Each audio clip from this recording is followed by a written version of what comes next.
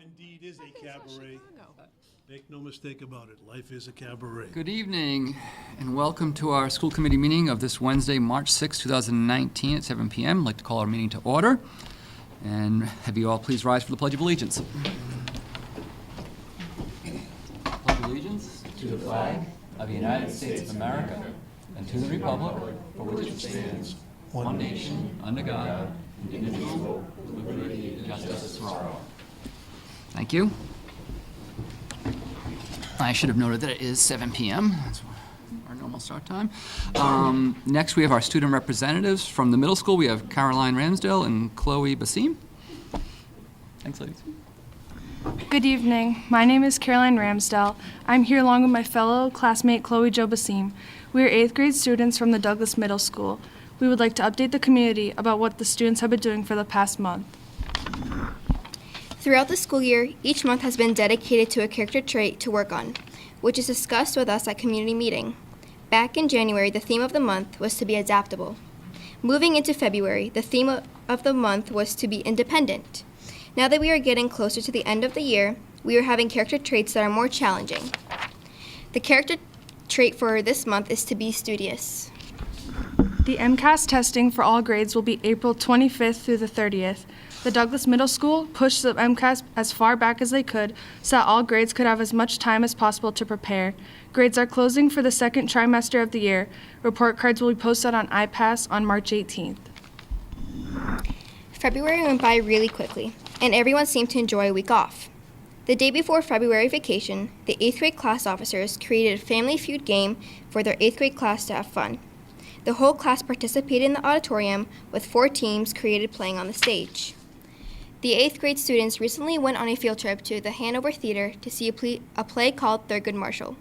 The 8th graders were on their best behavior and had the time to interact with other students and to learn about this prominent figure in U.S. history, who helped change laws so that there was more equality for everyone. Last Thursday, there were interviews for the students that are applying to BVT. Some were nervous, but overall they did amazing. They should be hearing back about their applications towards the beginning of April. On Friday, the class worked on course selections for Douglas High School. It was very helpful to go to the cafeteria and have the guidance counselors and teachers help explain the options available. All right, let's dive into sports. The girls and boys middle school basketball has officially ended. It was a great season for both teams. The girls walked away with 3 wins for the season, while the boys walked away with 8 wins.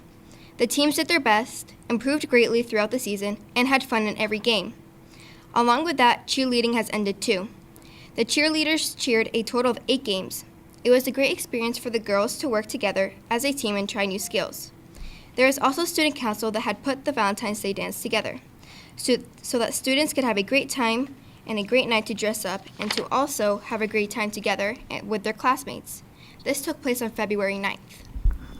We also welcomed a new music teacher this month, Miss Strickars, who has settled in really well. Both Miss Strickars and the students have adapted well to the change in atmosphere. We would like to thank you for your time and letting us give our monthly update. You guys have been very busy this month. Yeah, for a A short lot of month, stuff. you know. Couldn't keep up with you. Thank you very much for coming in and sharing with us. Thank you. Thank you very much. A lot of good stuff. Great. So at this time, we'd like to move on to any old business the committee would like to discuss that's not on our agenda. Okay. Under new business, I do have one item, and my apologies to the folks that are here. We had been approached about, last month, about our trails on our property, and I failed to get on our agenda, but I'd like to call up Kate Anderson and Sue Perkins to discuss our trails. You can come join us right at the table, please. Yes. If you could just introduce yourself to the committee, please. I'm Sue Perkins, Chair of the Open Space Committee. And I'm Kate Anderson, Vice Chair. Oh, and here's the trail lady coming in now. Yeah, we promote building trails in town and maintaining, not so much maintaining them, finding people to maintain them maybe or whatever. And we'd like, a lot of them are on conservation land or town land, and there's trails behind the school for the cross-country team. And there's more room for more trails to be added to that. And we look at grants occasionally, and there's a bridge to Martin Road that is scary, and it's overgrown, and that would be a great access to the school for either the kids. Yeah, I have a map too. Either the kids or, it's only 0.2 miles from the New England Trunkline Trail, which goes, from Franklin to Hartford or whatever. So we thought we might be able to see who has the jurisdiction over the property. Are you interested in, beefing it up a little bit? And, I know you had concerns, Mr. Maines, about hunting. Yeah, so one of the concerns that I have is that they do hunt out there. During October, or October to what- January, really. Whatever the seasons are. Out there. Out on the trail, the trail that I'm most familiar with is the one that the cross-country team uses, but also there was an older trail that went all the way down to the primary school at one point, I think, as well. It came out at the softball field, I think. Was it that where they came? Yeah, that's The old right. softball That's field. where Fresca to make the Right. trail. Yeah. And then they changed the cross-country course, and now it goes down by the track and goes back to the school. So, but I've been out there during hunting season, and it's not fun to be game because but anyways, they do hunt out there. It can be a scary proposition. So that's the one concern. But we had that same concern with our cross-country teams as well. When the season is in play, when it gets to hunting season, we sort of try to back off a little bit on getting out into the trails. There's a lot of other trails that go off, and there's so many fingers off the trails. I don't even know where they all go to. I got to be honest with you. A lot of them Yeah. dead end at private property, pretty much, Okay. surrounding, so, you don't want to. There's a bridge on the cross-country course that probably could use some renovation. It could. Right. Originally was built, Bobby and Jeff Collette and Otis built that a number of years ago. I think it's pretty spectacular. If I wasn't as old as I am, I might even take my cross-country skis back out there and go There's some cross-country steep skiing out there. hills. Yeah, and say that. There's some hills. Very steep hills. There's some hills, yep. But there's some great terrain out there and great trails. I didn't know that you mentioned, so that it goes to Martin Road, and I've never gone that way. I don't know But where the that town trail has a is. little tiny access to Martin Road. Yeah. It's great. And as far as hunting, I mean, we have 6,000 acres of state forest in town on the western part, and there's hunting there. And people use it all Yeah, the lots time. of trails, I wear my orange, my dog wears her orange, Yep. and they're out, we're out there making noise or whatever, and. I should- wasn't wearing my orange, and that was the downside. Yeah. As I You came had around your the corner antlers and on. the gentleman had the gun pointed at me, that was a little frightening. Right, that is bad. Yeah. I mean, I- we could always post it, and then weed out eventually people will, the ones that are, been here forever and have always hunted there might want to continue whatever. But- I asked the question of, at the time was Chief Foley, and I asked him, I said, at what proximity to the school, where can they hunt and so forth? And do we have any jurisdiction to tell them that they can't hunt out there? He said to me that they've been hunting in that area since the dawn of man, I think is how we refer to it. And good luck trying to move them out of there, because I think he had tried to get it posted at one point, and I don't remember the details. It was years ago, but he ran into a roadblock trying to get some signage up there because they had been hunting out there for so long. But your point is well taken. If they wear the fluorescent vests, it should be okay. So I don't want to get too hung up on this, but I'm assuming the hunting is not going on our property, it's going on adjacent properties? Oh, no. Or it's on our properties? Yeah. On the school, okay. I was on the cross-country trail when this happened. Okay. I did see a couple of deer run right past me, so, which I thought was interesting as well. But one of the things that it ties in a little bit to some of the ideas of moving the district forward. At one point, Jeff Thayer, who's our biology teacher, was using it in going out in identifying different species of flowers and plants and shrubs and trees, and I think John G&A may have been involved as well, and they actually made some signs, and they identified them, they had They're little... out there lying down, Yeah, yeah. and they all, of course, ended up getting knocked down. But I think that would be a nice use for us with regards to our academic content, is to go out there and really go out and try to, again, try to identify certain species and put markers and so forth out there. So You mentioned that's a something we would be community interested in. garden, too. Yep, we have been talking a little bit about that going forward as a possibility, doing a community garden out in on our property. So I see some links there. You know, I don't know what Mr. Romano's thoughts are, but we still do have seniors required to do senior project. They could certainly help, great service opportunity to go out and help when work is being done on the trails to try to help out as well as with seniors. So, Yeah, last year, we had a cleanup on the same weekend as senior project. oh, okay, We both had a cleanup that weekend. Okay. So Hopefully we'll just- whose we'll just property not is do this? it. Whose property is this anyway? I well, I guess that believe it's really, the town's. it's the town, so I we don't think should the have, school owns any of it. The town let us use the cross-country trail. so the town could technically be the ones that say no hunting. But you're saying that he doesn't want to disturb It's the not peace. posted kind anywhere of- out there that there's no hunting. And it's, I mean, I think that's a legal thing that we'd have to look into, really. relatively close to the school. Yeah, that's When I was scary. Say I 500 don't want my feet kids from a doing residence, and technically, there's no residence. Yeah, that's true. They killed a deer on Wallen Lake Beach this year. Really? No residences near. So I guess we certainly are open to, trying to do some collaboration. Josh Romano is the gentleman in the blue shirt there. He's the principal here, and Brian has some land out in back of his building, as does John Bell have some land out in back of his, and it all ends up at Cindy's building at the primary school. Yeah. So a couple questions, well, maybe a few ladies first. So I think in the original email I'd received, there was talk of developing, I think some secondary loops off the main cross-country loop, as well as the path out to Right. Martin Road there. So you see that, I have it's the other ones the ones that Becky made these are the loops. Okay, And the yellow are, the green is the trail to the purple are existing. yeah. The green is a trail to Martin Road on the left. Yeah. Okay. That- Ah, And here the we go, yellow yeah. is what we'd like to expand, Okay. what we walked. So is there something here just needs to be further There developed? is where there's something yellow? Okay. started on that Like, particular one, Yeah. but not on the other. Not on this one here, Yeah. or the green one?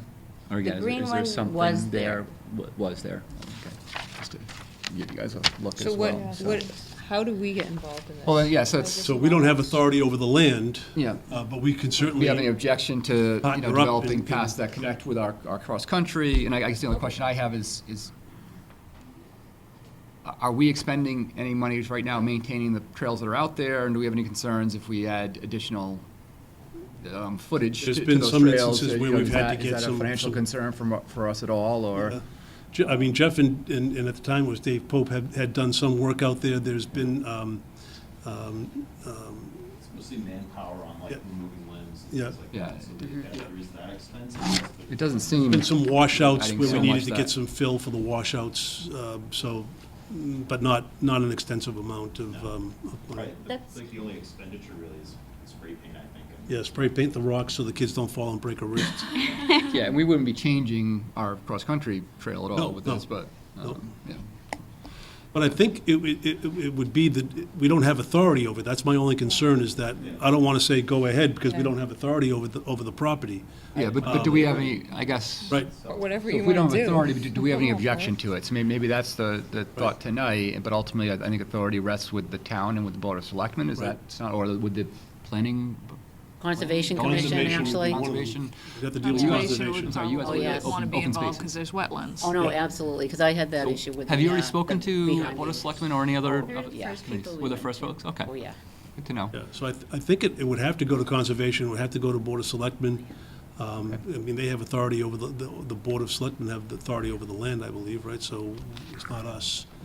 But like Mr. Romano said, we'd like to be a willing partner, as well as even the middle school. We have community service hours that are expected, so that's another thing the kids could help out with. Plus with the bridges repair and things like that, we could, we were looking at a grant that was coming up in March, but we missed it, so. Yeah, Okay. Maybe something that Mr. Like I G&A said, could, there's- I think that'd be an awesome project yeah. for the kids. And, yeah, I think so too.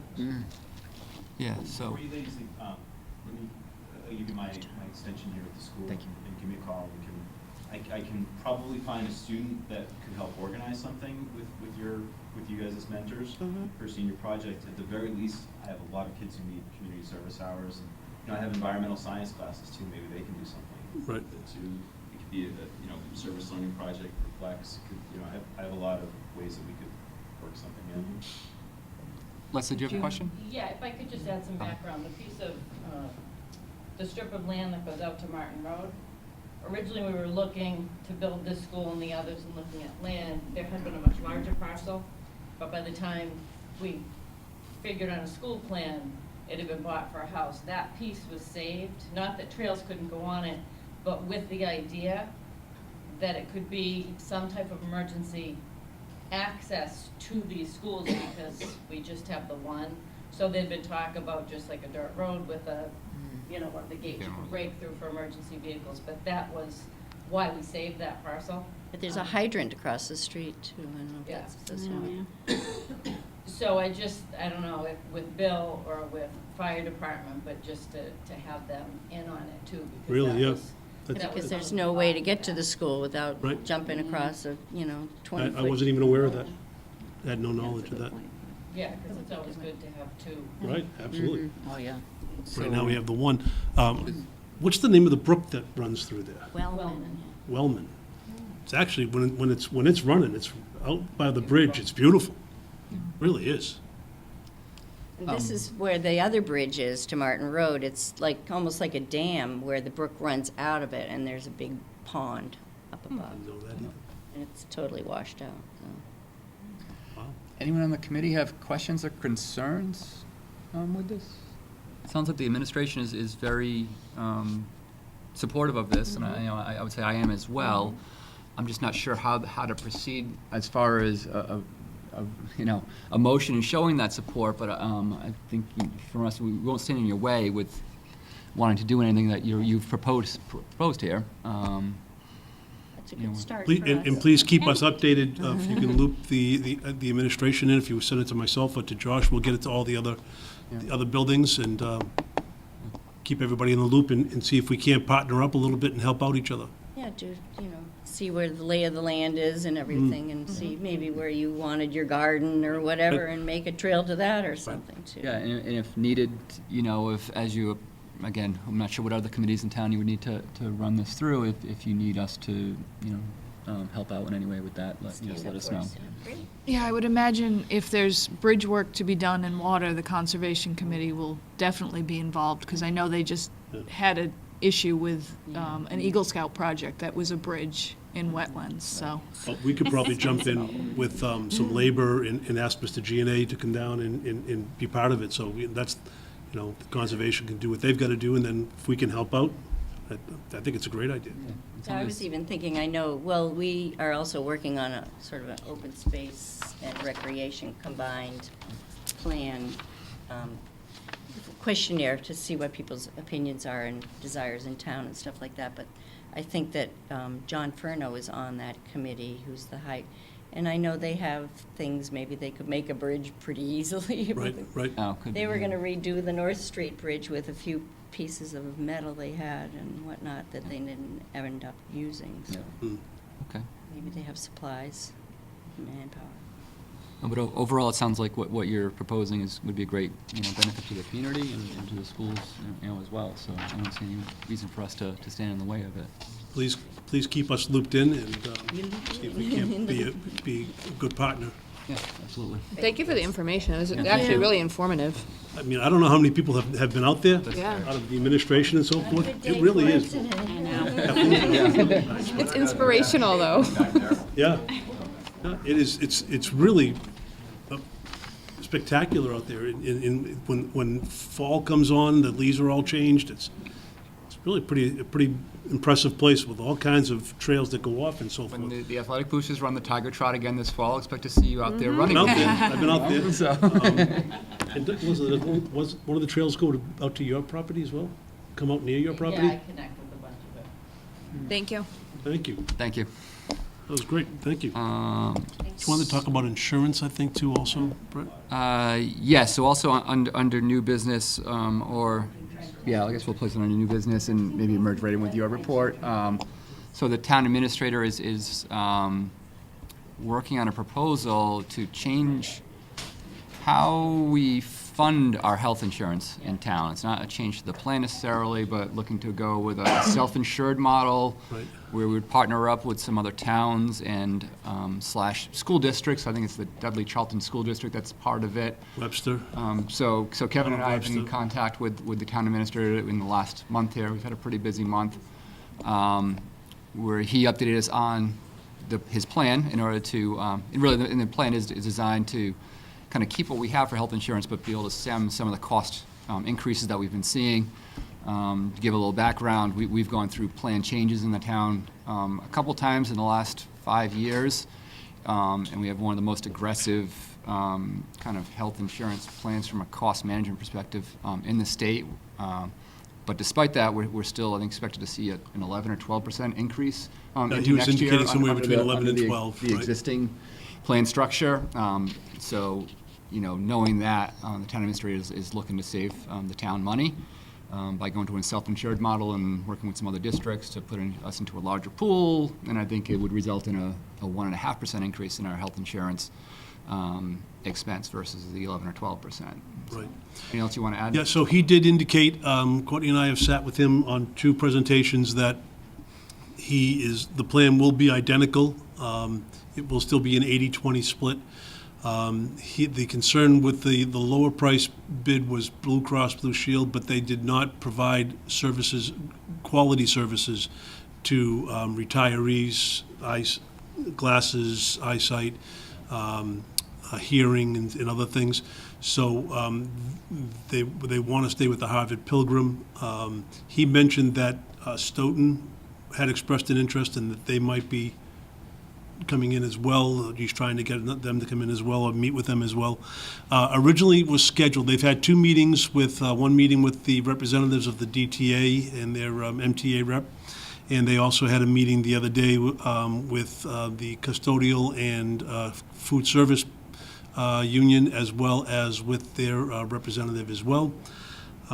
We originally had planned for Monday to do 2 formal presentations to all staff members, the union and also non-union, but unfortunately, we had our first snow day of the year on Monday, so we have tentatively rescheduled it. I have to confirm with Mr. Wojcik tomorrow for next Monday, which would be March the 11th, and then I would also need to come up with a second date somewhere in that ballpark for anybody who, because we changed the date, isn't able to make the 11th, we would need to have another date so that everybody would have 2 days to choose from so they could get their questions answered. So that will take place next week, so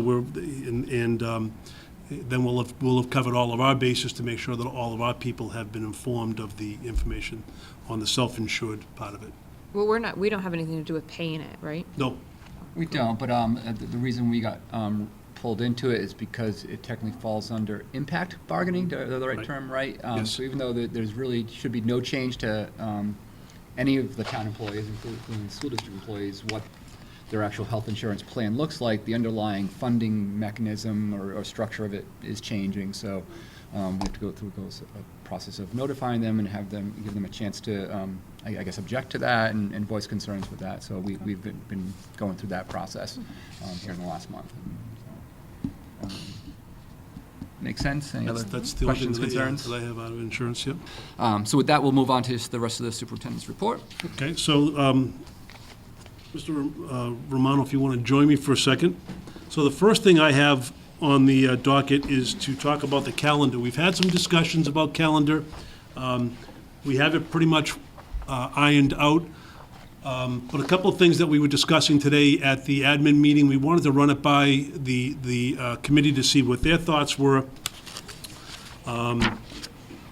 We have the date schedule all set, we have the conference dates all set. But the issue that we have, one of the things that we had talked about was the graduation ceremony. And so the question was going to be, we need to really finalize that graduation ceremony, the graduation date, so that we can put it on the calendar. Now, the problem we had was that Friday looked like it was a challenging day. And so what Josh was looking at, well, Josh, you can jump in if you want to, but you were looking at May something, May. Well, I want to say it was May 31st, the Sunday instead. Because I think when we had talked about kind of the logistics of doing the Friday night graduation in Worcester, that a lot of the logistics weren't working out between traffic and stuff like that. And so I think that what we had come up with in the discussion was that maybe Sunday was something to look at, that might be, well, it would avoid the state track meet issue that we have on Saturday, and that maybe the celebration graduation could get a better deal for their lock-in by doing it on a Sunday. But that was something that we had opened up, and then we could have some flexibility on Sunday. It could be really any time Sunday, whatever we kind of go with. I'm throwing it out there, but I don't know if there's like a history that like the Douglas High School graduation has been on Friday since 1898 or something like that. Since 1827, I think the first one was on When Friday. Teddy Roosevelt's brother was the principal. Evening, I think. The issue becomes really a decision being made on whether the committee would like to just continue the course of action that we've had, which is flip a coin, we're in, we're out, get it wrong most often. I'm 0 for 1. And stay on the Friday, or going to another venue to hold the ceremony in a place that would have air conditioning and be more appropriate. So that was something that we really need to sort of iron out, because that would be the date that we have to put in. We could tentatively put in the Friday night, which is the traditional, and then vote to make an adjustment to the calendar before when we have something worked out. But Josh actually brought up an excellent point today. I did? You did, about the first week of school. Yeah, so what we ran into this first week of school this year was that it's so hot in the primary school that they ended up doing the early dismissals. And so I looked at like our time on learning. We have to have the high school has to have 990 hours of time on learning. You take out like lunch and passing time and stuff like that. And we're well over 1,000 right now. We're well over it. So we had enough. If we opted to do district-wide early release days that first week, so that the little kids we don't have, roasting first graders, and we can get done a lot of other business that you'd kind of need to take care of at the beginning of the year, things like meetings between special ed liaisons and teachers about accommodations for students, and goal-setting meetings, or whatever else comes up, or just teachers having time to get their classrooms unpacked. So that we could drop a couple hours from each of those days. We're still well within our I'm still well within my 990. All the other schools are well over. So it'd be Yeah. the August 27th, 28th, 29th, Yeah, if we first did week those there. as early release days where staff have time to do some PD and meet as departments, meet as grade level teams, things like that. So like, we're all excited to send our kids back to school, and it's like, Well, that's the downside. Yeah, parents have to plan around that. yeah. Well, But if we were sending them home anyway because it was so hot, It was Yeah. the last this year was a real challenge. Everybody chipped in, but we had 100 and 200 and something kids walking from one building to the other, trying to find a room, getting them into a room, getting them back from that place back to the other building. And that'll be the same problem this year, you're thinking? There's nothing that we can do to prevent Josh said it's going to be really hot that week. It's going to be 40 just because you do I know. Well, that is how I am 0 for 1 on graduation. 30. I just think there's so many, as time has gone by, there's so many more mandatory things that you have to do with educators. Everything from civil rights law to bloodborne pathogens to everything else, that we're trying to jam it all in 6 hours. And by the way, go get your room ready for tomorrow too. Right. That maybe we can, if we could break that out a little bit more.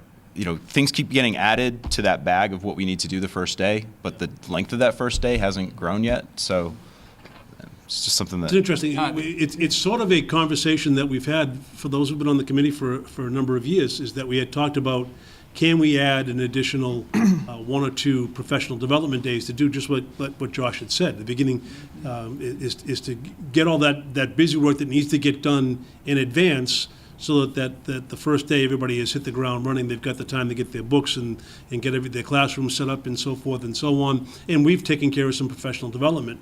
But this way, we could sort of accomplish 2 things, which is to unless the capital project pays for the air conditioning that we have planned for the primary schools, so that they have a cooling area.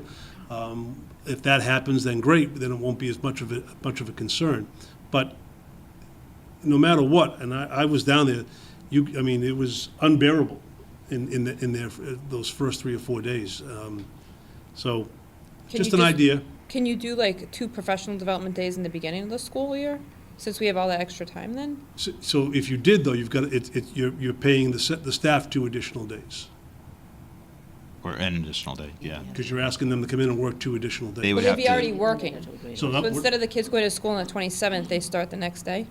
Oh, you have to go Technically- 180 days. But I think the, Oh, it's the days that matter more. Yeah, so there's, than- well, there's hours and Hours days. and You have to days. meet both. Both. the Yeah. beauty of Josh's proposal is that, if we do have another heat wave, you're only there for the morning. Right. So you're doing 3 half-days, we only there for the morning before the buildings really get heated up too much, so.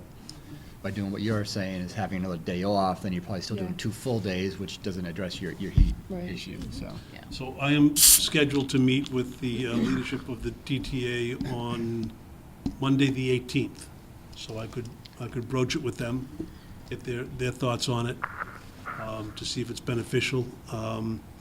Because we would like to get this done, I imagine we would like to get the calendar finished and get it out to people, and get it voted on and get it out to put it on the website and get it done. So just kind of a couple things to decide, and we figured we would run it by everybody today so that you formulate some thoughts and get some feedback if you want to, and then hope that we can come up with a plan that works for graduation as well as for that first week. And if the feeling is that we should stay in school, then we'll stay in school and we'll make it work. I just have a question about the graduation. When we were talking about doing it this year, we were going to have a public meeting type thing where parents could weigh in. Are you still thinking that, or are we Yeah, just I going think to that's go probably ahead? still a good idea, or at least like the parents of this year's juniors, and the ones who are Right, gonna actually because live it. Yeah. Because I don't think they were included in your survey. They were, yeah. They were? Okay. I don't know how wasn't well sure who the response were, the was. Oh, the parents kids were. were, that's The right. It kids wasn't the were. parents, yeah, it was just the kids. Oh. So, yeah, I can do that.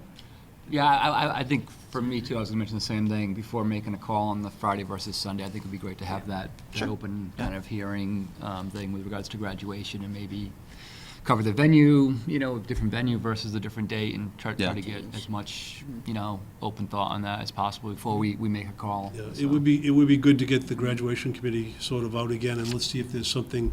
The biggest issue with Worcester State, as you recall, was A, was Friday night, but B, you gotta get across Worcester.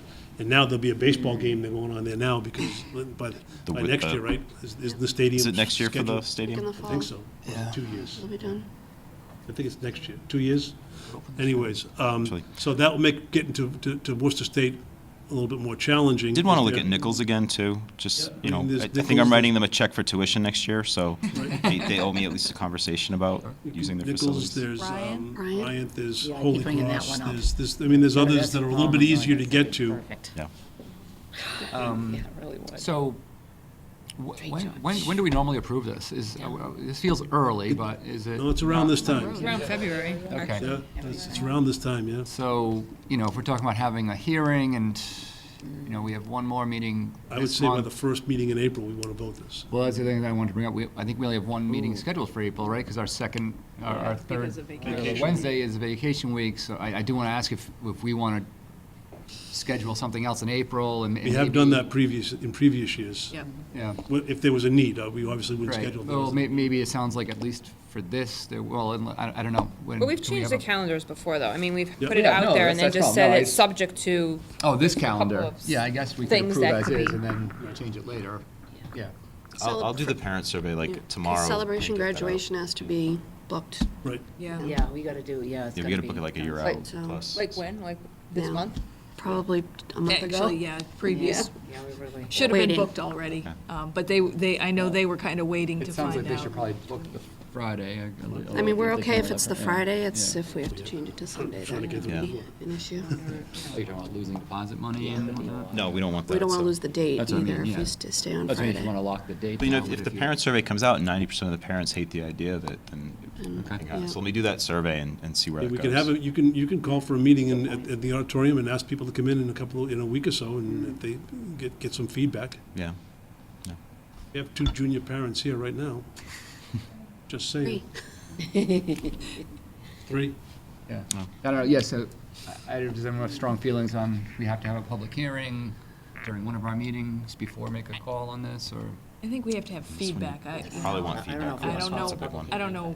Public hearing might not generate. Yeah, I don't know how many people are You going could to do show up that for. Tuesday before, so our next meeting is the 20th, so Tuesday the 19th might be a good night to do it. So what would the plan be? You'd actually just invite parents to come Yeah, in and I could do that discuss? too, yeah. Is that what you were thinking, or is that? Yeah, March 19th, yeah. Or they could just I'll do go. it at our meeting. Yeah. Well, and we could invite them to attend tomorrow, that next night, because we'd be discussing it there, so. Yeah. Is there also a No, Like a- just for the high school parents. junior parents meeting for the Disney trip too? Is there one of those coming up? 'Cause They've I know you already hit- had that it. I know hits the most a of- letter just went out, but Okay. I think the most recent, yeah, I think there was just a meeting not too long ago. I just so. figured you'd hit most of the junior Yeah, you'd parents hit, that way. well, you'd hit a good chunk of Oh, them. wait. One of our junior parents has a, So we can get that information out and. Yeah, so I'm just, I got little kids, I'm not as concerned with Yeah. graduation right now, so Yeah. I'm looking to kind of the folks that have the older kids, like, what would you like to see to be done? Something at our meeting, something separate Josh holds, are you okay with that? I don't have a kid next year. Yeah, okay. Check. Or, Well, I mean, I could do both. It's not that, I mean, I can do the survey, and then if the immediate response from the survey is, I hear from 100 junior parents and 90 of them hate it, Right. then it's Yeah. done. I Yeah. mean, And yeah. then just let them know that we're gonna be voting on it the next night, and if they have any issues, they better come to the meeting, otherwise it is what it is. Yeah, I I like mean, that. my son's graduation's gonna be in an air-conditioned facility with lots of parking. I'm kind of, okay, yeah, whatever. I But, think if you know, put it out that school committee's gonna be voting on this on the 20th, Yeah. you're probably gonna get more and quicker responses. from And folks. yeah, and I think that's, yeah, and like I said, if it's overwhelmingly unpopular, then that we don't have to do it. So, it's easy enough to idea. stick with what we got, Okay. so. Yeah, I'd be curious if, like you said, Nichols or Bryan or somewhere else. you I know, would is prefer also an a option. Nichols or a Bryant. That would Yep. be. I would agree. Especially if there's a baseball Yep. issue. With regards to graduation this year, Mr. Romano, I don't Sir. think you'll have any problem. It'll be an outdoor graduation, as there will be no Hayes student graduating. So we should be Sunshiny day. fine this year. I don't have a very good track record. Next year, plan on a sunny day, but an Hayes inside family. graduation. Sorry. I'm already calling next year, inside graduation. Sorry about that. Okay, so don't go anywhere because I thought football? I wanted Oh, to yeah. let the committee know that we're gonna move from the consent agenda, the football cooperative with Sutton Uxbridge, move it up to the superintendent's report because there's been some changes and we're not really sure where we stand at this point in time. So, we received a phone call from the principal of, and the AD at Uxbridge, that they had gone before the Southern Worcester County League, SWICL, for a vote on the co-op. Well, just the ADs. It was just the ADs, but, Yeah. but the principals, you heard from Mike Rubin relative to the decision that was made, the principal. Well, no, only about the ADs. So there's really 3 votes that need to happen for a new co-op to be approved. You guys would need to vote for it. The SWICL, the Southern Worcester County League principals would have to vote for it, and the MIA would have to approve it. So the vote that happened was the athletic directors in the SWICL. Now, they voted to not support it, and the reason that they cited was because Uxbridge is pretty darn competitive without having Douglas kids on board, too. So I sort of understand that. I get where they're coming from, because it's not like Uxbridge is not in danger of their program falling apart if Uxbridge kids aren't there. They're not going to get run over by the other teams. They're going to be very competitive next year.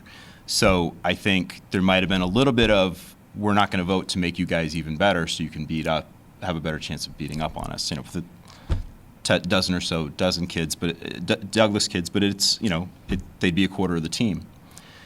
So now the ADs, their vote doesn't actually count for anything, except that most of the principals will then go along with the recommendation of their ADs, and that's sort of kind of how it goes most, you know.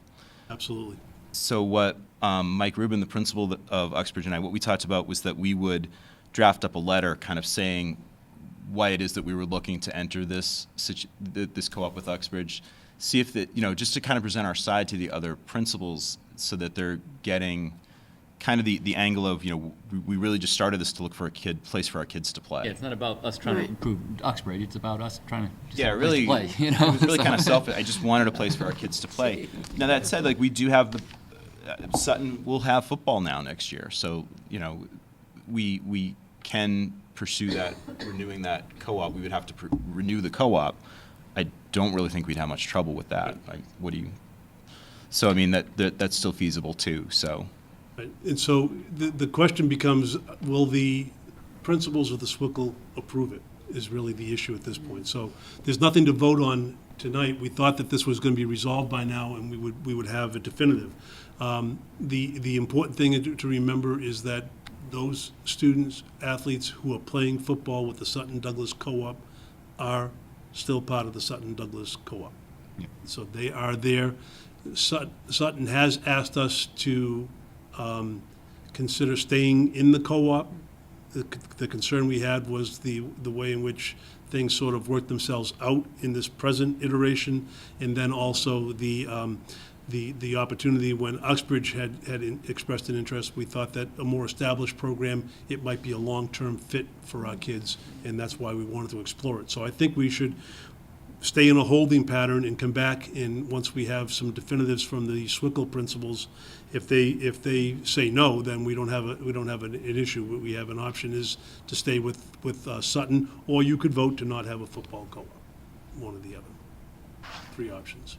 So that's why we moved it out of the consent agenda and put it up to the report, because there really is nothing to vote on at this point.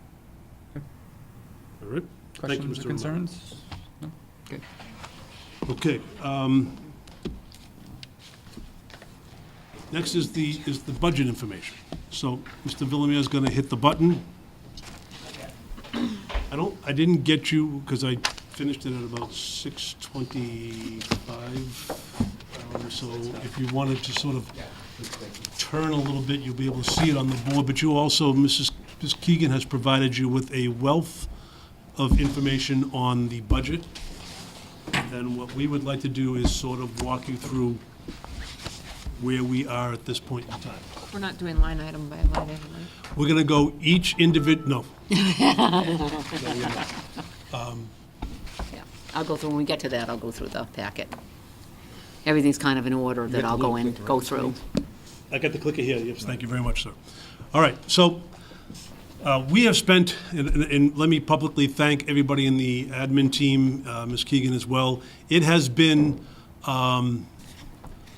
it's been daunting, it's been very challenging, and we've had to engage in some very critical work. As you recall, just real quickly, in 2015-16, we were over the cliff, and we were hanging on by our toenails. Then the school committee and the central office had decided that they would dig a little deeper into school choice, circuit breaker, all the revolving accounts, to minimize any cuts. And then last year, we presented a plan to move the district forward, which was presented here, was presented at FinCom, which was presented at a Board of Selectmen, and then was presented at a tri-board meeting, and then was spoken to when questioned at the town meeting. And the override was approved. We added some positions that we had talked about for quite a number of years. And as you recall, the challenge from the Finance Committee and from the Board of Selectmen was bringing back the competitive nature of the Douglas Public Schools, to turn around the flight that had taken place with regards to students school choicing out, students in bigger numbers going to BVT, and so forth. And so we presented all of that information. This document went in the newspaper on what we would do. We were very detailed. This presentation went out to everyone. We covered everything. We're still following it. So if we were to follow year 2 of that plan, we would be looking to add these positions, and we've talked about this, and I'll just go quickly through it.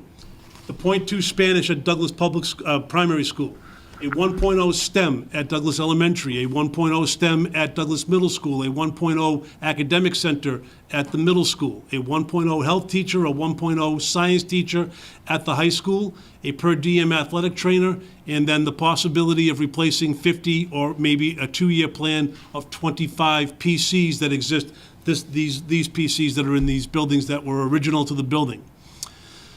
Now, we also had talked a little bit about the possibility of expanding the pre-K program based on signups, which continues to be very popular.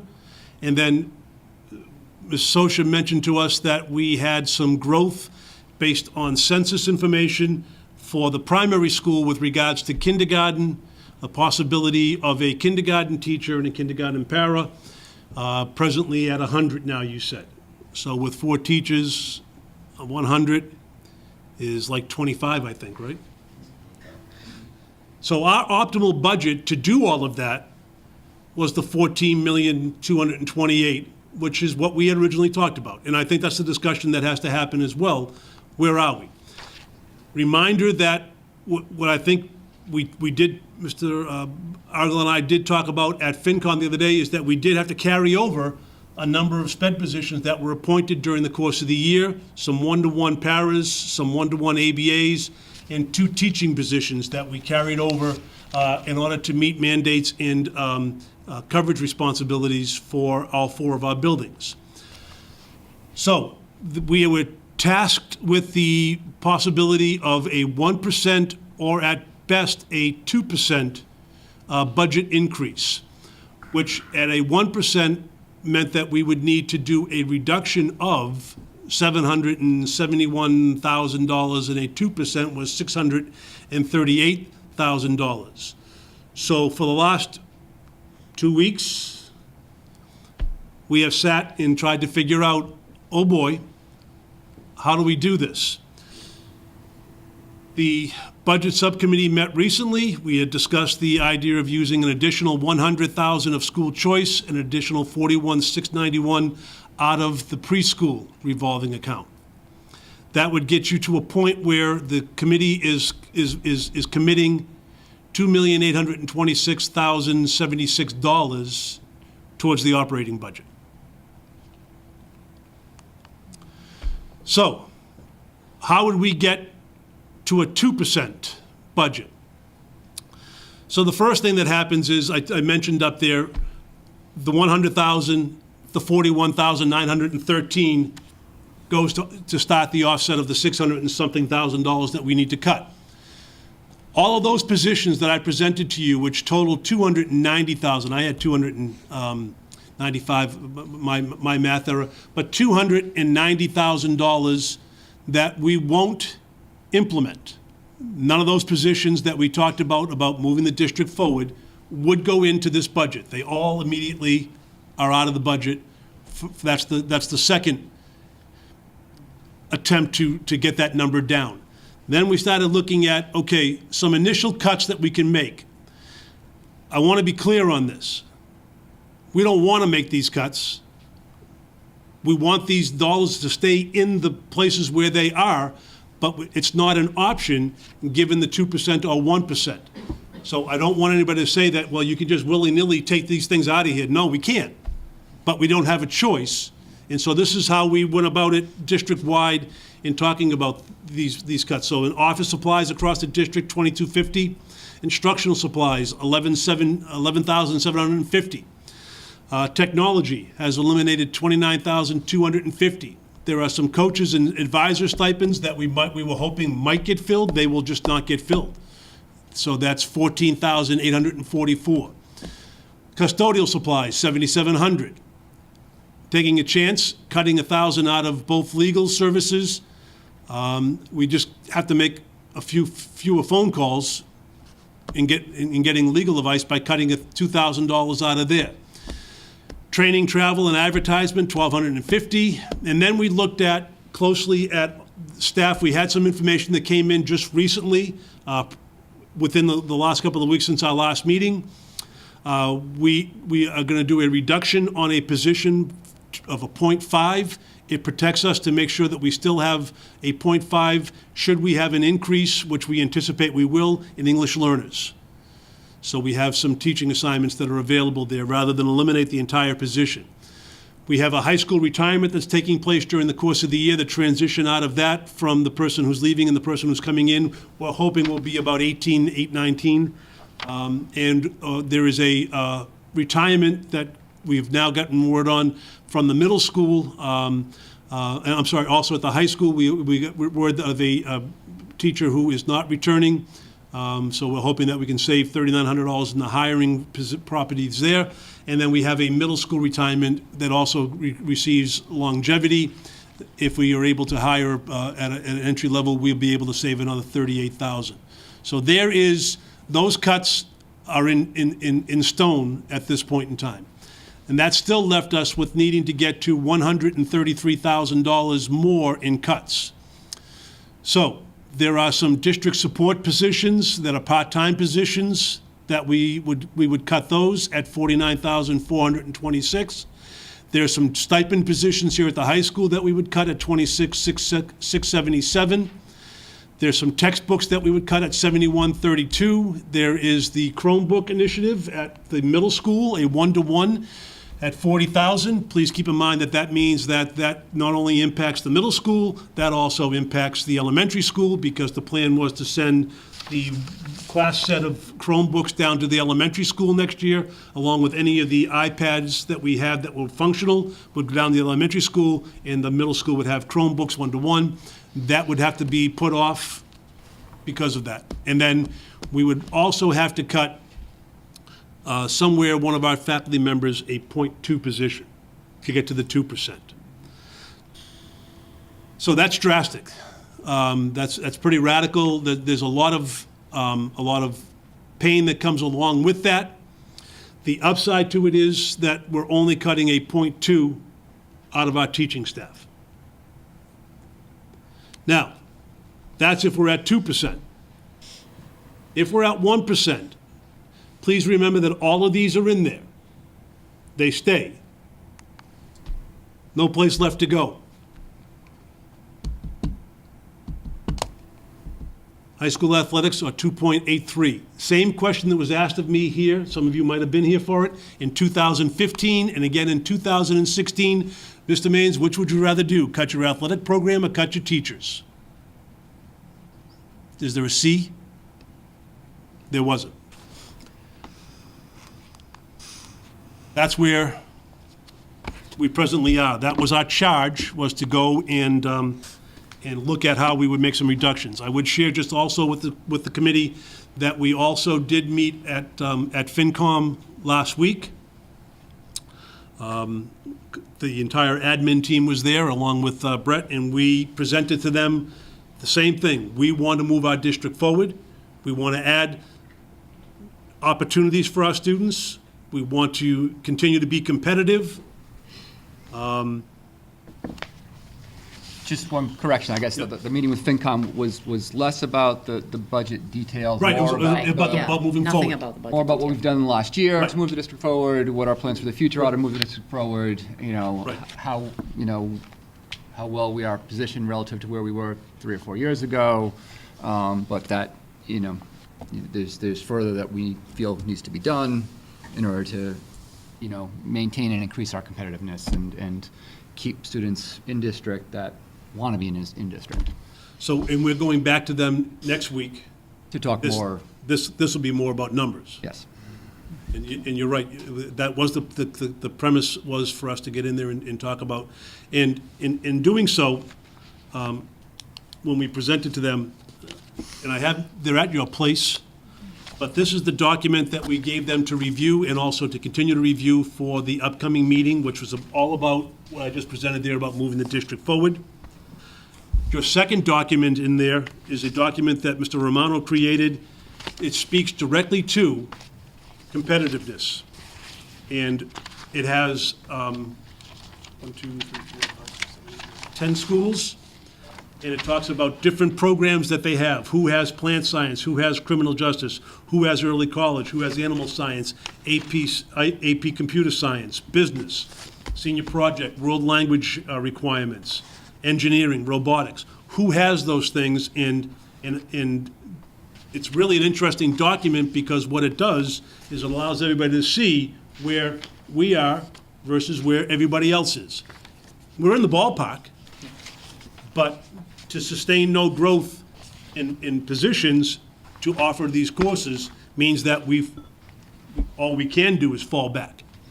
And then the last two documents, I provided this to them, which was related to special education. And basically, the long and short of what it says is that the Douglas Public Schools special education program is virtually no different than any other district, and there's, I think, 20 of them on there throughout Central Mass, almost identical. There's nothing radically different about what we have for special education services than what other districts have. And then the last thing was on the school choice, and if you look at the second page of the school choice, the chart tells you that we had been receiving in school choice over the last couple of years, the numbers had gone down from 135 to 117 to 124 to 110, and it's back to 129. So it's come back up 19, and then the sending was always low, 35, 39, 49. Then the last in 16, 17, and then 17, 18, it exploded, 67, 63, and 76. And so it's come down from 76 to 67. So we've got a drop in sending and an increase in attending.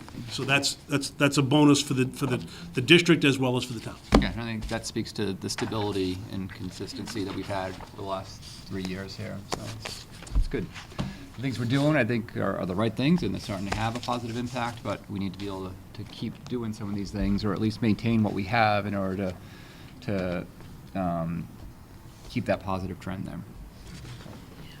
I don't know if Courtney has some things that she was Yeah, maybe just going pause a second. There was a lot of information there. Anyone, I've seen it a few times now, so I don't have a lot of questions, but anyone here have questions on what Kevin just showed them? I don't have a question, but I think it's really disappointing to see that 1% and be exactly where we were a few years ago with the idea of cutting sports or teachers, and that's when we had the mass exodus. And if we're just starting to recover from that, to have to turn around and do that again, it's very disappointing. I agree with you 100%. I would say two things. One, and Ms. Keegan will echo this, we will live within the number that we are told to live within. This was agonizing because we came from a point where we were really feeling good about what we were doing and the changes that were happening and the positive responses that we were having to programs that we put in place. And when you read that document that I gave to the Finance Committee, you'll see the numbers in there of the positive things that are happening. 1%, 2% is hurtful. And I think as a group, before long, we need to decide where are we and what do we want to bring forward for a number. And I remember the last question that was asked of us was, are we going to bring a 1% or a 2% forward? And that was our charge. But I think one of the members was asking, what are you going to present? Are you going to present all of the optimal budget and so forth, and then make the adjustments to live with it? We've been talking about percentages, and 1%, 2%, 3%, maybe 3.5, maybe 3.75, maybe 4. If we were at 3.5 or 3.75, we might be able to stay whole and maybe add one or two of those positions that we had talked about to allow the momentum to continue to go forward. But those are the hard numbers. Yeah, so I just to add some context and my feelings on the overall budget process. So, we have had up there as a mandate from the town administrator at 1 or 2%. I'm not sure that's the right word, probably was phrased that way, but I saw it as more as we should be prepared to deal with either a 1% or 2% increase. But in my mind, it doesn't change the fact that we need to present to Finance Committee and the town as a whole the entire plan, both what it takes to keep us level service right now, as well as the things that we feel we need to have to drive the district forward, especially given all the talk and the energy that was in the town around being able to drive the district forward last year. I would never in a million years want to go forward with just a 1 or 2% budget to show them, because I just don't think it in good conscience is something that we want to do. We got to show them this is what we need. This is what we would use to go drive the district forward. And then, based on what you're able to appropriate to us, this is what you're going to get, and this is what you're not going to get. So I think this approach is the appropriate approach, and I have no And we did say it doesn't all have to happen. Yeah. It could be some this year and then some again next year. Right. We did say to them that for all intents and purposes, what I presented on the board today was the second iteration of what we had talked about 2 years ago. Once all of those are in place, and I said this at the meeting, was our goal there would be to grow the courses, to grow the programs, to grow the interest, to bring students who are going to once again want to come to the Douglas schools on school choice, who may not want to go to Norfolk Aggie if we're able to start an animal and horticultural science program that builds and builds and builds, and then that would be a niche for us. It doesn't all have to happen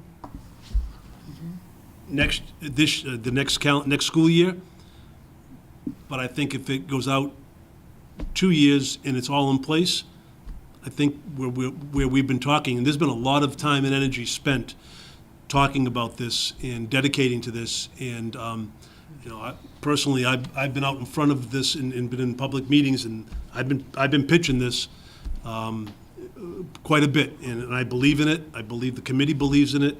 I think it's the right thing for the district, and I'm hoping that there's some wiggle, but if there isn't, we will live within the number. When do we find that information out? Which information would that be? Our actual appropriated amount, Yeah. I don't think till April. April. I'm very cautious of us telling people that we're going to not have athletics, so I Right. just No, want to we're make not sure that saying people that. understand that's not what we're We're saying. doing our It's due just- diligence yeah. as to what it would take for us to get there. Yeah, we have to. And I got to tell you, quite honestly, Julie, we got to the Yeah. point, and we had made all these cuts, and I'm looking and I'm saying to myself, there's nothing left.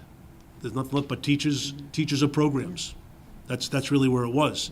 And, I mean, athletics could be there, but we may have to cut some other programs. Or we may have to cut staffing, 3-4 staff members as well. There's no other programs, really. Well, not that have Not to have that ticket value. Right, exactly. Okay. So Courtney, are we going to wait till your report, or do you want to go through this stuff What in I'd the like, folder now? what I'd like to do, if it's okay with you, is I would like to go through what's in your packet, and then I have some comments I'd like to make, but I'm going to save that to the end. Okay. So what I provided to you this evening is I started off with the budget that was presented to the school committee on February 6th, because that's our starting point.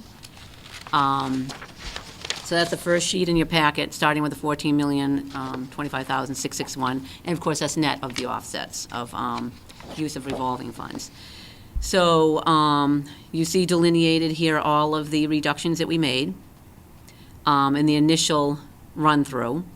Then we had a meeting, a budget subcommittee meeting, and we spoke for, I think it was about 2 hours. And we did agree to utilize an additional $100,000 than what was already in your February 6th budget of school choice revolving fund revenues, and also an additional use of preschool revolving fund revenues of $41,691. And I will get into more details with regard to the use of our revenues later on in a few minutes. Then we came down to a figure that still wasn't really there because, as Mr. Maines mentioned, sitting for hours and hours and hours and hours, days after days, doing many, I've lost count, reiterations, because there is no good answer. So we did do these initial cuts. Then we spoke about because I realized, my goodness, even after all the work that we had, we decided we'd ask for a budget subcommittee meeting to look at the additional use of more revenue, even though we've substantially increased it, because the amount that we were looking at was untenable, frankly, without getting immediately to what you brought up, Julie. So that's what that next bunch of reductions and things. And luckily, we did have one retirement that we found out after February 6th when I did the budget. That was a good thing. But we do have some other reductions here. And at the bottom there, you will see 3 additions because they are just a few small items that just, neglected to be put in the budget. So that happened, so. So I just want to know for everybody, Uh-huh. everything on this page is a level service budget. Not to be confused with what Kevin started with, which showed some of the things that we would like to add. Right. But this is all just level service to where we are right now. So even, with that, we started out, March 6th when we talked, February 6th, we were at a 5.2% increase for our level service. Now we're down to a 3.1% increase for level service. Right. Through the use of additional revenues, and, again, it's not like we don't need these things, but we can do without them for a year if we have to, and that's what we're doing here. Does that make sense to everybody? Okay, but on that point with Okay. regard to level service, I Yeah. do just want to state that we did add in the Chromebooks. Yep. That was one thing, and then the glycol, which has to be done, we're going to have a big problem at the high Understood, school. yep. But other than that, Yeah, staff, yeah. which is 84% of the budget, Yep. exactly. Yes. I just want to be clear No because there additional was a programs, it's no comment made at additional- the finance committee, yeah, so, okay. So, so you will see the next document is the new updated budget, and that is net, the net amount is $13,744,111, and that represents, as Brett indicated, 3.16% increase from the FY19 appropriation. Last year, we ended up, our level service increase was about 3.5%, FY19 over FY18 in the end, I think. I don't remember. I'm pretty and- confident on that. And actually, before we move on, so the overall reductions on that sheet was 155,308. We added 26,699, so the net is 139,859. Okay, that's not including the 141,000 of use of revenue.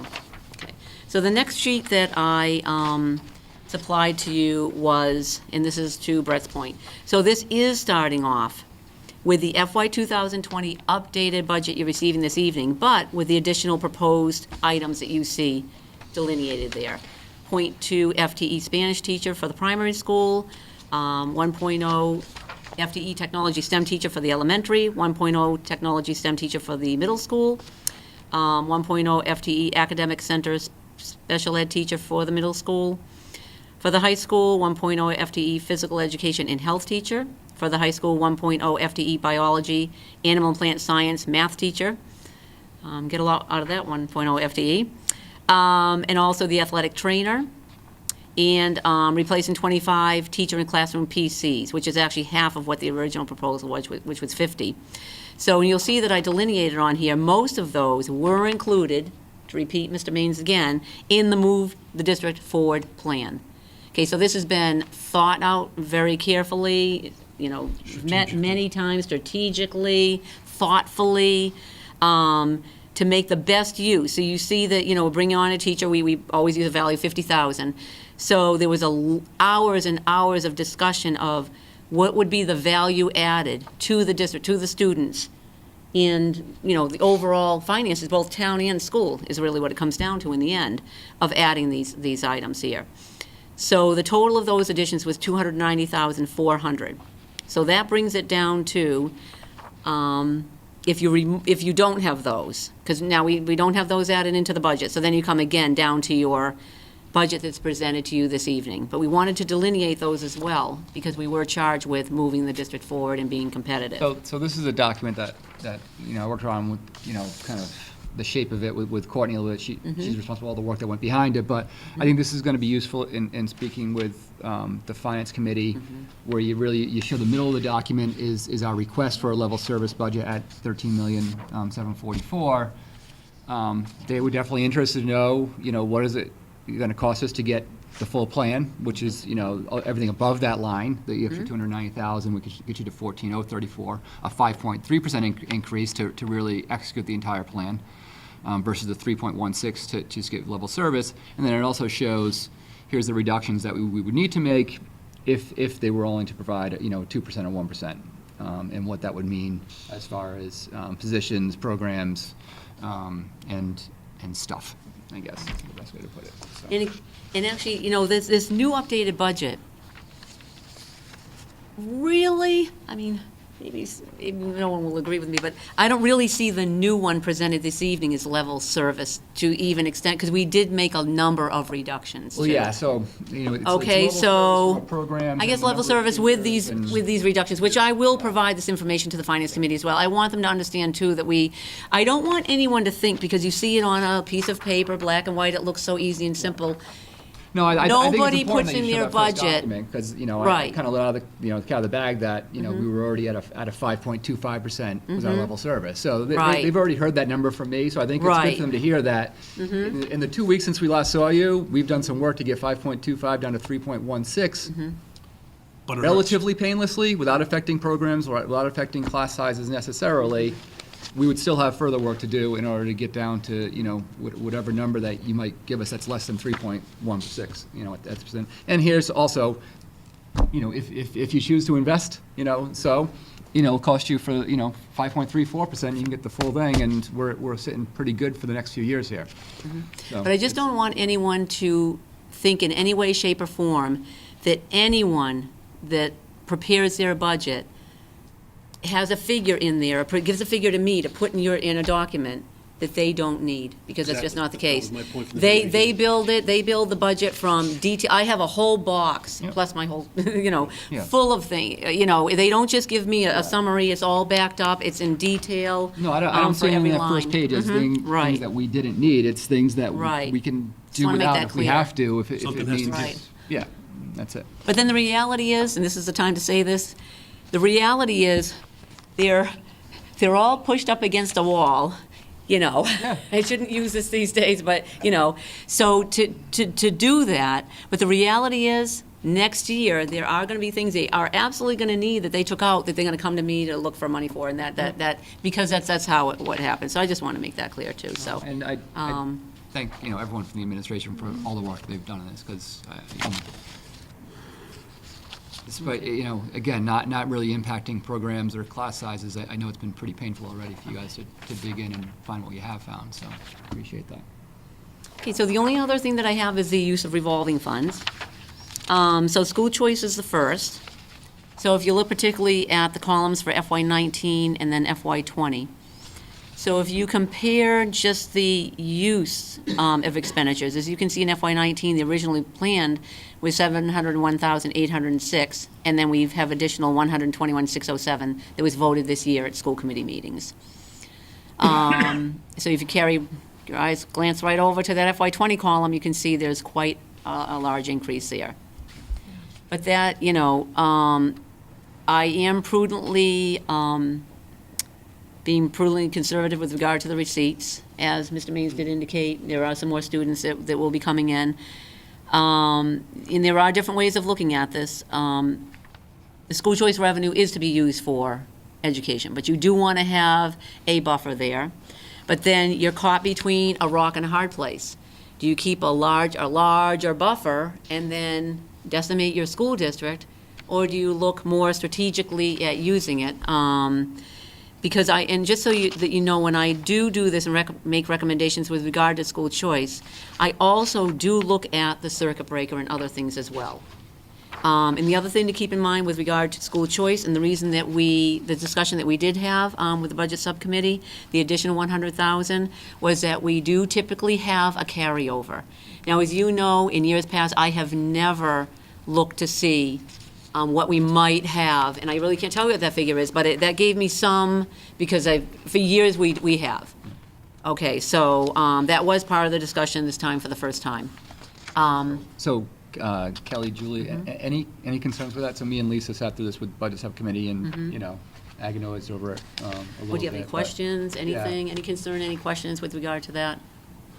Because it's true, I mean, it is just the two of you, we want to make sure that everybody's comfortable with it, and that's No, why it's we're a here. balancing act, like you said. You You don't know? want to, you have to leave a buffer, but you don't want to decimate the I district. think it's important that the town realizes that you're These are tough continuing to choices. make some very difficult choices, much to your word of a couple of years ago, that you were going to continue to do so as best you could for as long as you could.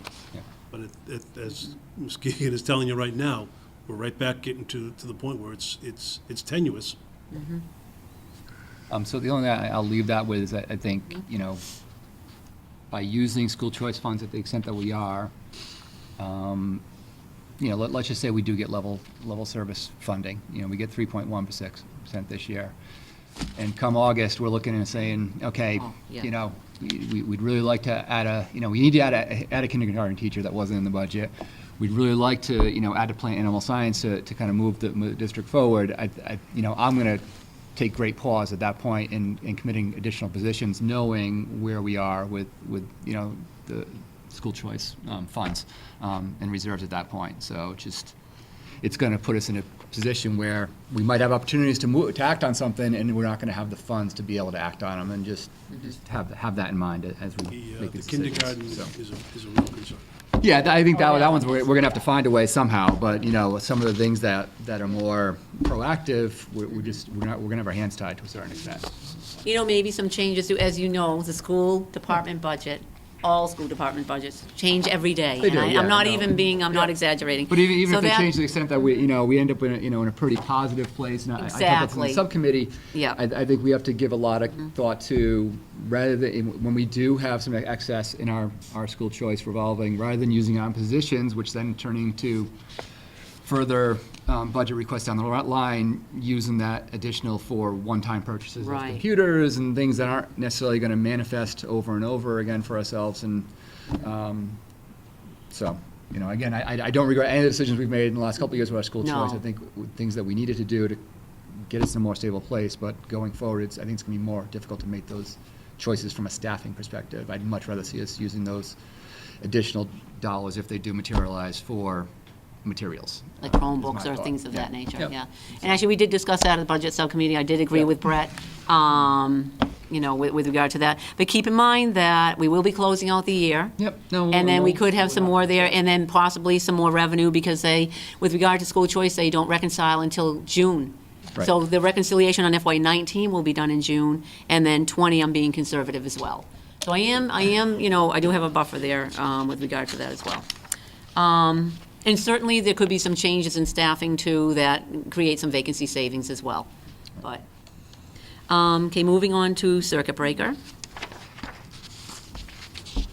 FY '19, looking at that first, you can see the revenues there, and then the use of expenditures in FY '19. We did have some additionals, as you know, a couple of times that we came before you. Just so you know, too, I think I probably should explain this. So when we come before you, say for FY '19, and say we use school choice or circuit breaker, say for staffing or para, ABA, or things of that nature, I'm talking mostly staff here, because to Brett's point, when I prepare the subsequent year's budget, all of the positions just get prepared as if general fund, and then you do the offsets. So when you make that vote, school choice or circuit breaker, that's because that's a revenue source for that first year. But the next year, it just gets added in, and then you have your offsets. So for FY '20, again, partially because of the school choice, and there's a couple of things I need to explain here with regard to circuit breaker, a few things going on here. And the next sheet, the subsequent sheet, will explain that more. You can see that we're, at this time, we have estimated revenues for FY '20 of $954,000. We do have the 240 grant that is eligible for circuit breaker, but that hasn't been calculated yet. But to be honest with you, I think the fact that we don't have that calculated yet doesn't affect this at all, because there's no way that we would increase this any more than what we are, that's for sure. So the revenue may increase when we get that estimate calculated with regard to FY '20 revenue coming in. And we're using $954,000 in the FY '20 budget. So we're pretty level there. There's a few red flags going into '20. that we definitely, and we always want to have a buffer there in circuit breaker. So you can see before the 360, as far as contingency, we have an estimated FY '20 year-end balance estimated at this time of the $739,947, because I'm using the same amount, obviously, for revenue expenditures. I know that looks a little funny, but. Just a quick, I'm sorry. Uh-huh. Just a Sure. quick note. Yep. So when we talk about school choice, you know, we look at FY '19 versus '20, we're using an additional $500,000 in FY '20 versus what, or we're planning over '19, but we're also using $800,000 less of circuit breaker funds in FY '20 than we're using in FY '19. So, you know, we're using more in one area, we're using less in another area. Overall, you know, about roughly the same as what we're going to use in FY '19 at this point. So. And even though, and I think it's a good time to point this out as well, so even though we all know that circuit breaker can only be used for special education expenditures and cannot be used for sped transportation, as you well know, if we ran into any kind of a situation and school choice was our only thing we ran low there, obviously I could reclass expenditures from the general and move that around. So that's why I did state earlier, I look at the two of them together, okay? Any questions with regard to that sheet there? And this is all updated to what's in your budget that I gave to you this evening. So the next one is on all preliminary estimated calculations, okay, for the circuit breaker reimbursement. So this is FY '19 expenditures and FY '20 expected revenue. So you can see the 954 down there, 954,013. But what I want to also bring to your attention, in another discussion that we had at the Budget Subcommittee, is that last column with regard to the FY '20 tuitions, and then some little bit of an estimate on FY '21 revenue. Very, very preliminary, okay, at this time. But we do have some large tuitions aging out next year at various times, because it goes by their birthday. So that's why, I am pointing out that I'm looking prospectively ahead, even into FY '21, both the expenditure budget and the revenue that will come in, because the revenue comes in the subsequent year of your expenditures. So that's another reason that I brought to their attention as well at the Budget Subcommittee, that to kind of looking at things that over a 2-year period, 3-year period, which is what we should be doing. Expenditures will drop off in '21, you know, as long as nothing else changes. That's as of this moment in time. Or can I say moment in time, Neely, or did something happen at the last couple of hours? Okay. Okay. So that's another factor there as well. So that's just there for informational purposes. And I will be bringing this to the Finance Committee as well. In fact, everything here this evening, I'll be bringing to go over, particularly the use of revenues and how circuit breaker works and everything as well. And the percentage that we're using, the 68%, is what Jay Sullivan recommended from DESE. I always use what he says. That way I've got somebody I can point to. He's the one who said to use that percentage. Is it 75? Well, 75% is the law, but that's only happened, in fact, you can see that on your other sheet. I think I have it here for you. Do I have that on the sheet, or is it on another one? Yes, it's right there at the bottom. See that? Let's see, one time in 1, 2, 3, 4, 5, 6, 7, 8 years so far has that happened, even though it's the law. But the law says three very key, very important words: subject to appropriation. So therein lies their out with regard to that. Does anyone have any questions so far? So the last sheet I have for you is the historic trend for the preschool program and the projections for, again, 19 and 20. The whole top portion is a revolving fund. So you see the revenues projected, you see the expenditures for the revolving fund. Now you will see that the revenue over expenditure is in the negative, because we did use an additional $41,000. But as you can see, though, we do have a good, healthy fund balance. And I'm a strong advocate. I always look at the taxpayer end and the fee, people being charged fee end of it, because I used to work on the town side, and I was a tax collector. So I do have an affinity for that side of it. So you really should not, in any revolving fund, and actually DESE doesn't want you to, but people do this, but you should never be building up a war chest in any revolving fund, okay? If you see yourself doing that, you should be reviewing your fees and reducing your fees, so that you're not charging people more than what you should be. But this is not in any means in that category, and as you are aware, Mrs. Socia did bring forward additional programming that she would like to add that is definitely wanted by Douglas residents and parents, and we will be reviewing that sometime in the future. But so, we still have a projected fund balance at the end of FY '20 of over 48,000, right there. So that is, in a healthier place than it's been in prior years. So we didn't have any real reserves. I don't want to speak for the two of you, but, we were fine with adding that other .5. We added a .5 teacher position. Yeah, much easier decision than the school choice one. Exactly, and it is an available revenue, and it did reduce our need to, that would be a teaching position. Right. So, yep. And the last thing I have for you is just another update right through the last time that you did vote to add anything more to the budget, because that's been brought up several times, and I did produce this document for the first time this year. I really like this document. I think it's good for all of us. So it does point out all the additions that we have made this year in general fund, circuit breaker, and school choice. And I think correct me if I'm wrong, Mr. Means, but I believe that the amount of special education expenditure brought on in FY19, we've actually reduced our budget and brought tonight's budget down to about that same amount. Right around that same amount, between the use of the additional use and, so we buffered that with regard to that, so. Does anyone have any questions with regard to the FY19? That sheet there? Okay, so there's just a few, does anybody have any other questions overall with regard to the budget? No? Okay. So there's just a few things I just wanted to state. I think to the point that Brett brought up earlier, it has always been my contention, and this goes for capital projects as well, that it is I consider it all of our duty and responsibility to present to the public, to the parents, to the residents, and to boards and committees what we truly feel the needs are to educate the students at Douglas Public Schools, okay? And I think if we didn't do that, we would be doing a disservice. So that's just one thing that I wanted to state.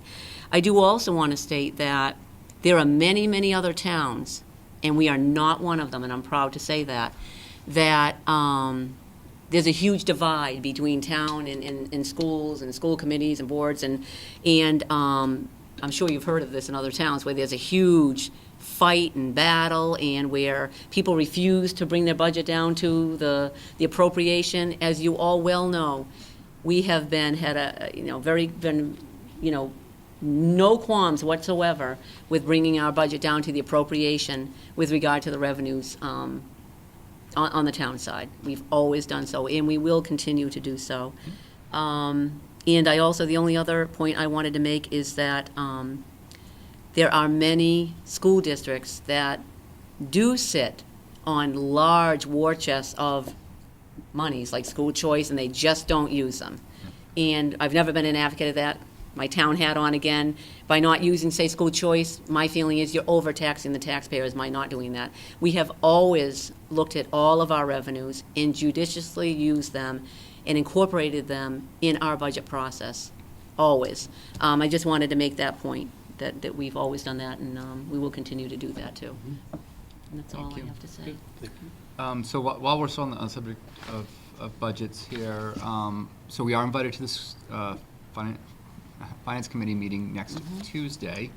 The question has come up whether we need to schedule our own meeting for that night, but that'll depend on who is planning to attend the Finance Committee meeting on the 12th. If we have more than 3 of us there, we have to have our own meeting scheduled. Correct. So as to not violate open meeting law. Do you have a question? I think we asked Lauren to do that. Oh, yeah, she did. She reached out to Brett. Okay. And then Well, he's she just asked me, and trying to I say, told her I was yeah. going to get back to her once I Okay. found Right, he's just out. trying to If it was just gauge going to be who's me gonna there, come I didn't in, want to yeah. have her schedule a meeting, but it sounds like at least Lisa's planning on being there, Kelly, you're planning, so I think we need Yeah, it. Julie, I don't know if you're absolutely. planning on being there or not. If you can make it, I think it would be great for the Finance Committee to see as many of us as possible, and to see that we all fully support this budget. What time is that? That's Tuesday? The meeting's at 7. I'm not sure if we'll be first on the agenda or not. I imagine we will. Actually, they might put some smaller items ahead of us, knowing that our Yeah, I think discussion is there likely to are, go an yeah. hour or more, so we might not be on until 7:30 or so. And you could attend the meeting, you just you wouldn't be able to say a word for the three of you the rest there. of us, yeah, we won't be able to talk to each other. Dialogue yeah. Or speak with them, I Yeah. guess, as well. So, okay. I didn't know if any, because they've been so intimately involved, I didn't know if any of the administrators had anything they wanted to share, or if they Yeah. were, I mean, they are intimately involved, they are an integral part of what we're doing, so I didn't, if anybody wanted to come up, they certainly are welcome to do so. But they're all afraid, so. Yeah, again, I just want to commit, I know the last 2 years being a part of this, I know how much skin you guys have in the game and how much work you've put into all this, and we wouldn't be here without you guys just, grinding on this budget as much as you can and doing with whatever we can give you and doing good things with it. And again, I just greatly appreciate that, and thank you all for that. Okay. So, Mr. Maines, anything else for your superintendent's report? Thank you, Okay. sir. So we'll move on to our subcommittee reports, school committee and subcommittee reports. Signed 26 batches on 2/7, totaling $419,111.86.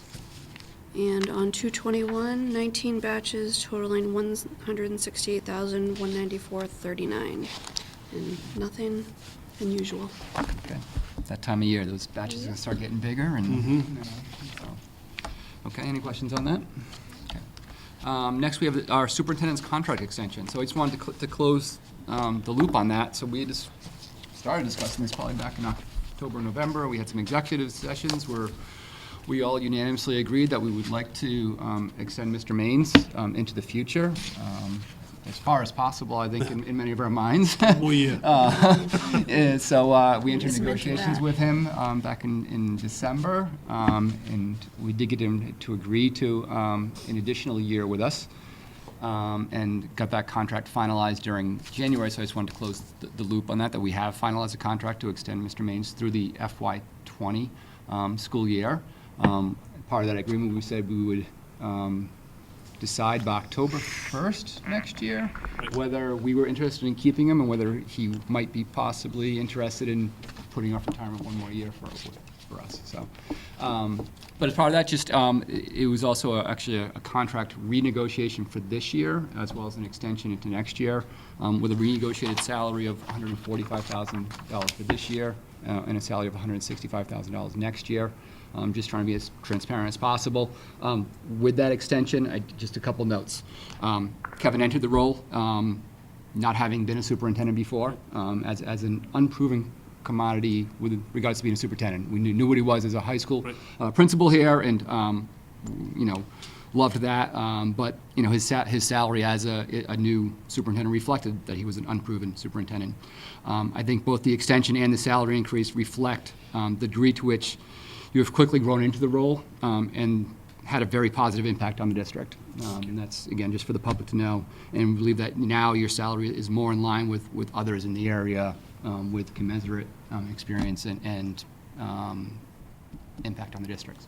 Thank you. So I don't know if anyone wants to add anything else to that, but just for the record, for the public to know. So, and we look forward to at least one more year with you, at least. Thank you very much. Thank you. Consent agenda. Meeting minutes, February 6th. Anyone have any notes with regards to our meeting minutes? This is a long one. Long-ish. I feel like it was a fairly quick meeting, but.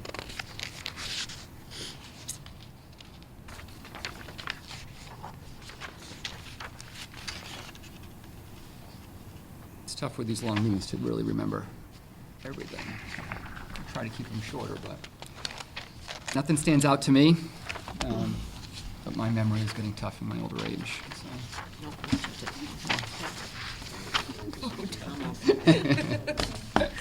Just trying to take the brunt of it for everybody. So, all right, if no one has any issues, I'll be looking for a motion to approve the February 6, 2019 school committee meeting minutes. And Jillian's not here to. Minutes, I was gonna say that. Yeah. And I wasn't here. Oh, no, that's not. Oh, was that Julie? I wasn't here, so I can't Okay. really approve it. I'll make a motion to approve the school committee meeting minutes of February 6th, 2019. Okay, we have a motion from Kelly, Second. and a second from Lisa. Any other discussion? All those in favor, say aye. Aye. Any opposed? Julie, you gonna abstain? One abstain. Okay, so those are approved. Next, DHS game supervisor position. Did we get that put in here? Because I don't see that in here, so. No, I don't know that I ever sent it. Okay. So do you want to articulate it and we can try to get it approved? Sure, I'm very. I don't, so the issue was, we did take a vote on this, we did approve it. There's a caveat that when we approved it, there was a training session that had taken place and a, In a game. in a that had game. been- Yeah, which was kind of what highlighted the need for the position, but what we basically did was we created this, kind of this emergency position, so if Mary Sokol, the athletic director, isn't available, and I'm not available, and Mr. Vega's stuck under something heavy, that there can still be somebody to go to the game and cover down, and you know, we did budget $200 towards that for next year. But we had already had, what prompted me to propose the position was we'd already had somebody who had filled in that role and had trained for it, and so in order to pay that person, we need to, make it retroactive. yeah, make it retroactive to January 1. I think, yeah, Yeah. that would be safe, because I forget when it actually took place. Anything wrong with making it retroactive to December 1? I don't think Just there's to make anything wrong sure. with that. No, I mean, just in case. I believe it was in Okay. January, Yeah, but I just was- in yeah. case, yeah. To, Not to assume that we're gonna approve it, but just if, I would recommend Yeah. that we go back that far, because I don't think. So we'd be looking for someone, Again, yeah. Yeah, so someone to make a motion to approve the game supervisor position retroactive to December 1st, 2018. Yeah, So that's moved. perfect. So moved. Can we do that? Motion from Julie and a second from Lisa. Any other discussion? Okay, all those in favor, say aye. Aye. Any opposed? None. Approved. Thank you very much. Thank you, I Mr. Brown. appreciate it. Yeah, thank you. Well, I wrote it, I just don't. We've been so tied up with things, it's easy, things are falling through the So that cracks. finishes our consent agenda. What have we been doing? As noted, we moved our football cooperative off for the date. So our school business and operations manager's report. Mrs. Keegan. Okay, thank you very much. First thing, I unfortunately haven't had any time to do any transfers and reclass. I do have a stack of them, though. Okay. So hopefully March 20th I can get caught up on that, because I do have quite a few for FY19. So next on my report, I have the FY 2020 capital projects requests that were sent to the town. And by the way, there is no air conditioning on it, because we didn't get any costs or anything, so we couldn't submit it. Thought it Yeah. was too late. Just want, yeah. Sorry. So first is the email that I did send to Matt Wojcik. It did get submitted to the town on time. And so I first have the 5-year capital plan. This is just the summary page. Now, you know, we were asked to do a 5-year capital. Problem is, though, when you keep submitting the same things for years and years and years and years, and I did explain that, you know, more of them get pushed up into the first 2 years mostly. Yeah. I did speak with the town administrator about the primary school. In the past, we used to have a whole bunch of different sheets for every little thing, but for every single thing, they're not little. Yeah. But then I did speak to him about, well, between the primary school and possibly, hopefully not too soon, the high school, because it is getting up in years as well. Nowhere near the primary school, though, that's over 30 years. It gets to a point where it could possibly be, now, I don't want to alarm anybody, we're not looking to do any MSBA projects, you know, in the next year or so, but. No, we're not. No, but it does get to a point where it could very well be eligible for MSBA reimbursement. So the only thing that, you know, we did agree that it does make sense to put the estimate together instead of having a whole bunch of sheets. And that kind of lends itself to that if in a year or 2 or 3, they look at doing a renovation project through MSBA, we've already kind of gathered the information and we are looking at it as a one project. So that was a big change with regard to that. And the high school as well is getting, you know, more, it is getting older and more things, but that would be even years beyond that before it would be an MSBA project, I would assume. So this is what was presented to them. The total is $1,008,989. We do again want to thank the generosity of the town with regard to the 6 projects we did get in FY19. I did provide you with updates several times on that, and I'll be finalizing that hopefully very soon. We do have a meeting on next Monday to present our information to the Capital Planning Committee. And I did provide to you all the backup as well. In fact, it's the entire packet that was submitted to the town administrator. Thank you. Does anyone have any questions on that? No. Okay. And thank you for asking me, Brett, about that, because I wouldn't even have thought of giving it to you. So I'm glad you reminded me, No, yeah. I'm So, always- yeah. Always interested in capital. It's Yeah, it's kind good of hidden, to- hidden stuff, you know. 'Cause But no, you should get it. You should get it. The school committee should see that. Yep. I just didn't even think of it. It's been kind of crazy. Okay, the next thing, just very quickly, on an update on school bus transportation bid process. I'll be handing out to you a copy here. And I'm just gonna read go through a quick thing, and then that's it. So our current school bus transportation contract ends as of June 30th, 2019. The town administrator has taken charge of the school bus transportation procurement process. He has contracted with a company in Colorado to redo our bus routes and bus stops. The bid process will move forward after that's done and finalized. So once that is completed, we'll produce a final bid document, and then that will be advertised. The advertising takes several weeks, and then we'll go from there. The procurement of the consultant, and that's a contract that I passed out to you, and the consultant contract was under the direction of the town administrator, as was a decision-making process with regard to what the consultant was being asked to do with the bus routes and bus stops. The district did not take the lead in this process. Due to this, actually, I got Kevin and Brett involved with it. For clarity purposes, we've always been able to change our routes, our stops, and number of buses during a contract, and have done so in the past. As you'll recall, we went from 3 tiers, which we had for many, many years, down to 2 years. We saved about $90,000, and we did that like smack in the middle of a contract. We just decided we wanted to do it, we told them, and we did it, and that was that.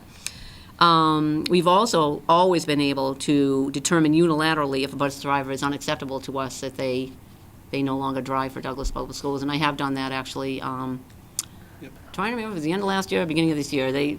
Sometimes life is like one big long day, where a bus driver actually drove in the morning, and they didn't drive in the afternoon. And I've done it at least once in each district I've been in. But I just want you to be aware of that we do make those decisions, and we do do that. So at this time, I have no idea as to what the outcome will be with regard to the procurement process, the final routes and stops, et cetera. A concern for all districts in Massachusetts, and this has been going on for a number of years, is the majority of school districts receive only one bid. That's just a fact. In fact, several big bus companies in Massachusetts went out of business. And there are fewer companies than there were just 5 years ago. And there was also a big issue with getting bus drivers. And that's actually a nationwide problem. Actually, all of this is a nationwide problem, but we only want to talk about Massachusetts. But those are just the facts of bus transportation. It is just the way it is. So it remains to be seen how things proceed as we move forward with this process, but just wanted to make you aware of that. In fact, when we moved in, when the school projects were just completed, and my office was in the elementary school, I remember thinking, thank God I don't have that bus company. There was one that in November filed bankruptcy, and there were many, I'm sure you saw it in the newspaper, many school districts throughout the state of Massachusetts, all of a sudden, literally overnight, had no bus company. So DESE had to get involved in all of that. So luckily that wasn't our, because so I thought, phew, thank God. So, yeah, that was quite a, We have an appointment tomorrow morning. yes. Webinar tomorrow Yeah, morning. webinar tomorrow morning with the company out in Colorado that's redoing the bus routes and bus stops. So that's all I have to say on that. So moving on to the next thing. The next two items are things that were brought to, okay, the first one was update to the Douglas Public Schools Internal Control Manual for Federal Grants. And I don't know if you recall, I brought that to you to be voted on, I think it was last year. That's a new federal requirement that anyone that had received federal grants had to have this manual. So actually, it was MASBO that worked on it through a committee, and then we tailored it to Douglas Public Schools. So I did receive, and I believe I gave you a copy, yes, right underneath the agenda item summary. I do have the email from the auditor. Yeah, you look at that, and it'll give you a real big headache. If you look at that, read that email, I'm sure you see it, yeah. So basically, I actually contacted her because you can see where I underlined it and I'm thinking, I read it about 15 times, that's why it's taken me months to get to it, and saying, what does this mean in the end as far as my bringing something to the school committee? So I emailed her back and said, could you please provide me with the language? So you'll see in the agenda item summary, because of a change in federal procurement law with regard to grants, it becomes kind of complicated, and we can't keep going and changing the manual. So they came up with some verbiage that it's generic, and it will apply to no matter what you're doing. I guess it's the simplest way to put it. So I did provide the language to you. It says, just so those out there that really want to learn about federal grants and their intricacies, it states, move to approve the auditor's recommended changes to the Douglas Public Schools Internal Control Manual for federal grants as attached by adding the following sentence under B, purchase methods, at the end of the last paragraph, to say, the town has chosen to follow the micro-purchase and simplified acquisition thresholds established in accordance with federal guidelines. And further, to delete the following verbiage in the heading of the second paragraph, purchases up to $3,500, which are deemed micro-purchases under federal law, and add in place thereof for the heading micro-purchases, and further to delete the following verbiage from the first sentence of the second paragraph, the aggregate amount of which does not exceed $3,500. So I know that makes absolutely no sense whatsoever, but it's just to comply with requirements that we have to have in a grant policy manual per federal regulations if we receive federal grants. And the exact verbiage that I have for the vote language there was provided by the auditors, because I wasn't even going to attempt to come up with it. And you can see the back up there with, which I won't read those, 1, 2, 3, 4, 5, 6 paragraphs explaining it. But it's just language that they wanted to see. It was their recommendation to make that change in our federal grants manual. Didn't come from me, I can assure you. I would have left well enough alone. So, Okay, anyway. Questions? Everyone understand this? I was just going to say, if you have any questions, I'll say, I'll get Kelly Byer on speakerphone, or Jen Reddington. Yeah, I mean, if you look at, that's why I provided the email. All right, so why Because don't I it is just, a change in federal procurement rules for FY19, and all we're doing is complying with that change in federal procurement rules, and the recommended language from the auditor is in compliance with that, with all that 6 paragraphs of explanation from the auditors. Jillian's going to be very disappointed that she missed this motion. But Oh, yeah. yeah, sure, I'll read it. Motion. You just have to trust I me. move You to have to trust the approve- auditors in this one. All right, I move to approve to auditors recommended The changes. auditors, yeah, that was a typo. Yeah, move to approve to, The auditors, Not two. yeah. The second two is Yeah.